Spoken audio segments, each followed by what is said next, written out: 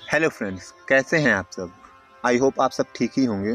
तो एक बार फिर से स्वागत करते हैं आपका अपने इस यूट्यूब चैनल शिवम पांडे पर। फ्रेंड्स, आज हम बहुत ही इम्पोर्टेंट टॉपिक पर डिस्कस करेंगे। जैसा कि आप सब जानते हैं कि अपने भारत देश में न्यू एजुकेशन पॉलिसी आई है, जो पिछली एजुकेशन पॉलिसी 1986 के 34 साल बाद आई है। फ्रेंड्स, हमारी आज की टॉपिक है न्यू एजुकेशन पॉलिसी 2020। तो चलिए शुरू करते हैं आज की वेरी इंपॉर्टेंट वीडियो।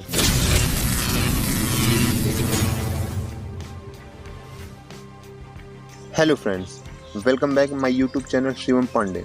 फ्रेंड्स, नई शिक्षा नीति 2020 NEP को बुधवार शाम 4 बजे केंद्रीय मंत्रिमंडल ने मंजूरी दे दी।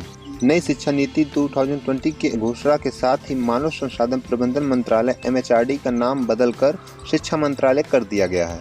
नई शिक्षा नीति के अनुसार अब HRD मंत्रालय को शिक्षा मंत्रालय कहा जाएगा। मानव संसाधन विकास मंत्री रमेश पोखरियाल और IB मंत्री प्रकाश जावड़ेकर शाम 4 बजे मीडिया को जानकारी दी। फ्रेंड्स, NEP को 1986 में बनाया गया था और 1992 में संशोधित किया गया था। 2014 के आम चुनाव में भारतीय जनता पार्टी के घोषणा पत्र में नई शिक्षा नीति 2020 को लागू करने का वादा किया गया था। तो आइए जानते हैं नई शिक्षा नीति 2020 क्या है। केंद्रीय मंत्रिमंडल द्वारा बुधवार को मंजूर की गई नई शिक्षा नीति 2020 में कई बड़े बदलाव किए गए, जिनमें शीर्ष विदेशी विश्वविद्यालयों को भारत में कैंपस स्थापित करने की अनुमति देना, छात्रों को व्यावसायिक शिक्षा प्राप्त करना और संस्थानों की दिशा में एक बड़ा कदम शामिल है। इस नीति का लक्ष्य भारत को वैश्विक ज्ञान महाशक्ति बनाना है। 2040 तक सभी उच्च शिक्षा संस्थान HEI का उद्देश्य बहुविषयक संस्थान बनाना होगा, जिनमें से प्रत्येक का लक्ष्य 3000 या अधिक छात्र होंगे। तो आइए जानते हैं कुछ नए बड़े बदलाव जो नई शिक्षा नीति के द्वारा हुए हैं। उच्च शिक्षा में मल्टीपल एंट्री और एग्जिट का विकल्प होगा। 5 साल के कोर्स वाले MPhil में छूट होगी।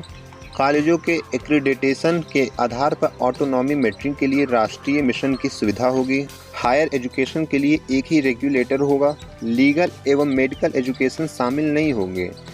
सरकारी और प्राइवेट शिक्षा मानक समान नेशनल रिसर्च फाउंडेशन NRF की स्थापना होगी। शिक्षा में तकनीकियों को बढ़ावा दिया जाएगा। दिव्यांगजनों के लिए शिक्षा में बदलाव होंगे। 8 क्षेत्रीय भाषाओं में ई-कॉमर्स शुरू होंगे। अब स्कूली शिक्षा में कुछ बड़े बदलाव देखते हैं। 3 से 6 साल के बच्चों के लिए अर्ली चाइल्डहुड केयर एवं एजुकेशन की सुविधा होगी।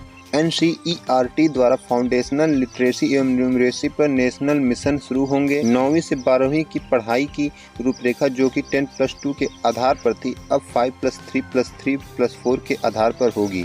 बच्चों के लिए नए कौशल कोडिंग कोर्स शुरू होंगे। Extra curricular activities main curriculum में शामिल होंगे। वोकेशनल पर जोर दिया जाएगा, जिसकी पढ़ाई कक्षा 6 से शुरू होगी। नई नेशनल करिकुलम फ्रेमवर्क तैयार होंगे। बोर्ड एग्जाम को 2 भाग में लेगा। रिपोर्ट कार्ड में लाइफ स्किल्स शामिल होंगे। साल 2030 तक हर बच्चों के लिए शिक्षा सुनिश्चित होगी। प्रतियोगी परीक्षाओं में NTA द्वारा उच्च शिक्षा संस्थानों में एडमिशन के लिए कॉमन एंट्रेंस एग्जाम होंगे। यह एग्ज़ाम सभी पर लागू नहीं होगा। स्कूल लेवल पर वोकेशनल स्टडी पर फोकस किया जाएगा। प्रत्येक बच्चा कम से कम एक वोकेशन सीखेगा और कई चीज़ों के संपर्क में आएगा।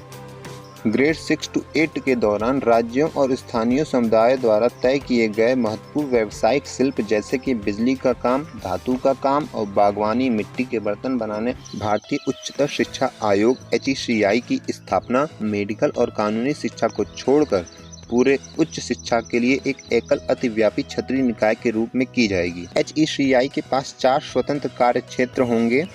नियमन के लिए राष्ट्रीय उच्चतर शिक्षा नियामक परिषद, मानक सेटिंग के लिए सामान्य शिक्षा परिषद, वित्त पोषण के लिए उच्च शिक्षा अनुदान परिषद और मान्यता के लिए राष्ट्रीय प्रत्यायन परिषद। विकलांग बच्चों को क्रॉस विकलांगता प्रशिक्षण संस्थान, केंद्र, आवास, सहायक उपकरण, उपयुक्त प्रौद्योगिकी आधारित उपकरण और अन्य सहायता तंत्रों के अनुरूप शिक्षकों के समर्थन के साथ न्यू चरण में उच्च शिक्षा तक नियमित स्कूली शिक्षा प्रक्रिया में पूरी तरह से भाग लेने में सक्षम बनाया जाएगा।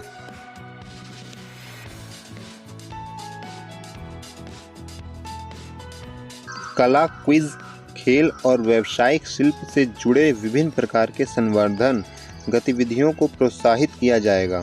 जहां तक संभव होगा ग्रेड 5 से लेकर 8 तक शिक्षा का माध्यम स्थानीय और क्षेत्रीय होगा।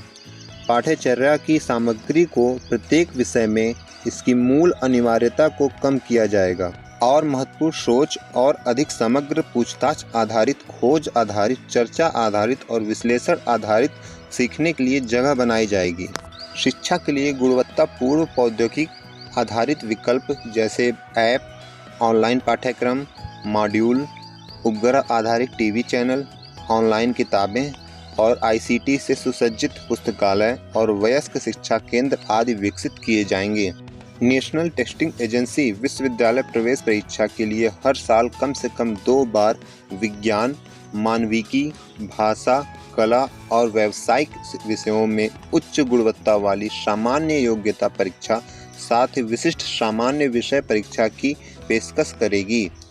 नई शिक्षा नीति में शिक्षकों की जिम्मेदारियां बढ़ जाएंगी, लेकिन उनको कई सहूलियतें भी मिलेंगी। उनका ना तो बेवजह तबादला होगा और ना ही उन्हें गैर शिक्षण कार्यों में लगाया जाएगा। शिक्षकों की नियुक्ति, तैनाती, सेवा शर्तें और उन्हें पूर्ण रूप से सशक्त बनाना ही पहला कर्तव्य है। शिक्षकों के तबादले सिर्फ विशेष परिस्थितियों में होंगे, जिनके लिए राज्य और केंद्र शासित प्रदेशों के पास एक सख्त मानक होगा। सभी तबादले कंप्यूटराइज्ड प्रणाली के तहत होंगे, जिसमें पूरी पारदर्शिता बरती जाएगी। शिक्षक पात्रता परीक्षा TET को मजबूत बनाया जाएगा। TET के साथ नेशनल टेस्टिंग एजेंसी परीक्षा में विषयवार अंकों के आधार पर वरीयता मिलेगी। कक्षा में बच्चों को पढ़ाकर दिखाने पर ही नियुक्ति मिलेगी।